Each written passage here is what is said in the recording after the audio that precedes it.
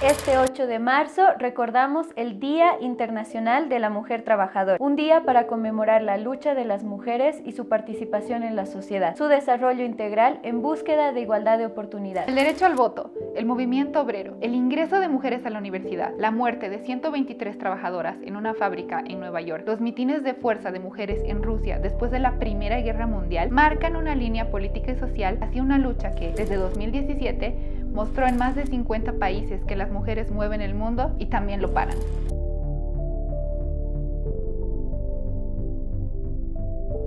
El problema no está en regalar flores, sino en comprender las demandas de las mujeres en cada contexto. Bolivia no es la excepción. Por cada 100 bolivianos que gana un hombre, la mujer puede recibir hasta un 28% menos, dependiendo su nivel de formación. En 2015, las trabajadoras sin estudios superiores recibieron en promedio 79 bolivianos de cada 100 que recibían los hombres con iguales características. La discriminación salarial que reciben las mujeres que trabajan de manera independiente llega a un 72%. El 70% de la población femenina que trabaja en Bolivia tiene un empleo vulnerable, es decir, que trabajan por cuenta propia o de forma no remunerada. Así, la brecha salarial en nuestro país alcanza el 76%.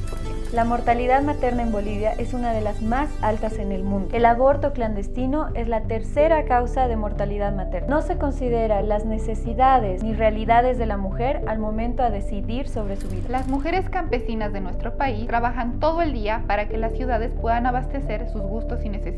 Muchas de ellas trabajan en calidad esclavista y de discriminación. Hasta 2012, el 59% de mujeres en el área rural no recibió educación primaria. El 46% tiene acceso a tierra. Sin embargo, la mayoría está en lugares marginales, de menor tamaño y calidad, quedando así como cuidadoras sin las facultades plenas para transferir o disponer de estas tierras. Una mujer boliviana se enfrenta ante el hecho de no ser reconocida durante su vida. No puede desarrollarse libremente en el colegio o en la universidad sin haber pasado por acoso, imposiciones de género o incluso no acceder a lugares salubres durante su menstruación. El trabajo del hogar no es reconocido por ser considerado como el deber de mujer, madre o esposa. Al pensar que se ayuda en el hogar, estamos minimizando dobles o triples jornadas sin entender que una mujer puede dejar a sus hijos o dependientes al cuidado de otros. No se reconoce el trabajo de barrenderas, obreras, transportistas, cocineras y muchas otras que cada día ponen en riesgo su vida, cuidando de no ser violentadas o asesinadas por extraños o cercanos, como las más de 100 mujeres víctimas de feminicidio. Las mujeres de sindicatos,